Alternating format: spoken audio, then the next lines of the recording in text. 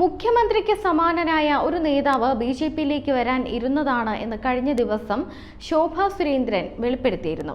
അത് ഇ.പി. ജയരാജനാണ് എന്ന് തെളിവുകളോടെ ശോഭാ സുരേന്ദ്രൻ വെളിപ്പെടുത്തി രംഗത്തെത്തുകയും ചെയ്തിട്ടുണ്ട്. ഇത് ഇ.പി. ജയരാജൻ തള്ളിക്കളയുകയും വിശദീകരണം നൽകുകയും കൂടി ചെയ്തു. അതേസമയം LDF കൺവീനർ ഇ.പി. ജയരാജൻ മാത്രമല്ല, കേരളത്തിലെ 7ഓളം നേതാക്കളുമായി കൂടിക്കാഴ്ച നടത്തിയെന്ന് ആലപ്പുഴ NDA സ്ഥാനാർത്ഥി ശോഭാ സുരേന്ദ്രൻ ഇപ്പോൾ വെളിപ്പെടുത്തിയിരിക്കുന്നു. സ്വന്തം പ്രസ്ഥാനത്തിനേക്കാളും ശരിയെന്ന് തിരിച്ചറിയുന്നത് കൊണ്ടാണ് പലരും ബിജെപിയിലേക്ക് എത്തുന്നതെന്നും അവർ പറഞ്ഞു. പിണറായി വിജയനും കൂട്ടരും കൊലക്കത്തി താഴെ വയ്ക്കാൻ തയ്യാറായത് ചങ്കുറപ്പുള്ള നേതാവ് ആഭ്യന്തരമന്ത്രി ആയതിനാലാണ്. രാജ്യത്തിന്റെ ഭരണതലപ്പത്ത് അമിത്ഷാ ഉള്ളതുകൊണ്ടാണ് ഇടതുപക്ഷം അതിന് തയ്യാറായത്.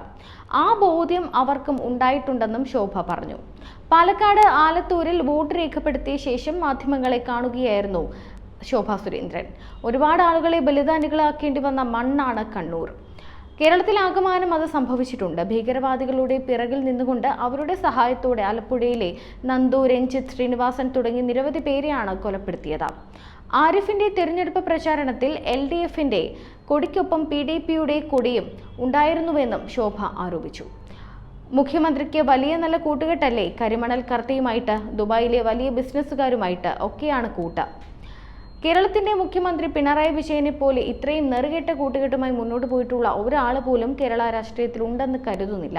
എല്ലാ രീതിയിലും കമ്മ്യൂണിസ്റ്റ് പ്രസ്ഥാനത്തെ അപജയത്തിന്റെ വക്കിൽ എത്തിച്ചു കഴിഞ്ഞുവെന്നും ശോഭ പറഞ്ഞു. കഴിഞ്ഞ ദിവസമാണ് ഇ.പി. ജയരാജന് ബിജെപിയിലേക്ക് വരാനായി ചർച്ച നടത്തിയിരുന്നു എന്ന് വെളിപ്പെടുത്തി ശോഭ രംഗത്തെത്തിയത്. തെളിവുകൾ ഉൾപ്പെടെയായിരുന്നു ശോഭാ സുരേന്ദ്രന്റെ വെളിപ്പെടുത്തൽ. ശോഭാ സുരേന്ദ്രന്റെ ആരോപണങ്ങൾ ഇ.പി. ജയരാജനും സമ്മതിച്ചിരുന്നു. പ്രകാശ് ജാവേദ്കറുമായി കൂടിക്കാഴ്ച നടത്തിയെന്നും ഒരാൾ വീട്ടിൽ വരുമ്പോൾ ഇറങ്ങിപ്പോകാൻ പറയാൻ കഴിയില്ലല്ലോ എന്നുമായിരുന്നു അദ്ദേഹം പറഞ്ഞത്. ശോഭാ സുരേന്ദ്രന്റെ വെളിപ്പെടുത്തലിന് പിന്നാലെ LDF കൺവീനർ ഇ.പി. ജയരാജനെ തള്ളി മുഖ്യമന്ത്രി പിണറായി വിജയനും രംഗത്തെത്തി. ഇ.പി. ജയരാജൻ ജാഗ്രത പാലിക്കണമായിരുന്നു എന്നാണ് മുഖ്യമന്ത്രി പറയുന്നത്. ജയരാജനെതിരെയുള്ള ആരോപണം CPM-നെയും ഇടതുപക്ഷത്തെയും ലക്ഷ്യം വെച്ചുള്ളതാണെന്നും അദ്ദേഹം പറഞ്ഞു. ഇ.പി. ജയരാജൻ എല്ലാവരോടും സൗഹൃദം സൂക്ഷിക്കുന്ന ആളാണ്. ജാവ്ദേക്കറിനെ കാണുന്നതിലോ സംസാരിക്കുന്നതിലോ തെറ്റില്ല. എന്നാൽ ഇന്ന് കേരളം സംശയത്തോടെ നോക്കുന്ന ഒരാൾ അതിന് സാക്ഷ്യം വഹിച്ചു എന്നുള്ളതാണ് മറ്റൊരു കാര്യം. അയാൾക്കാണെങ്കിൽ പണം മാത്രമാണ് വേണ്ടത്. ആരാണോ പണം കൊടുക്കുന്നത് അതിനനുസരിച്ച് വാദങ്ങൾ നിരത്തുന്ന ആളാണ്. അത് പാപിയുടെ കൂടെ ശിവൻ കൂടിയാൽ ശിവനും പാപിയാകും എന്നൊരു ചൊല്ലുണ്ട് എന്ന് പറയുന്നത് പോലെ ഇത്തരം ആളുകളോട് സ്നേഹബന്ധം സൂക്ഷിക്കുന്നത് അപകടമാണ്.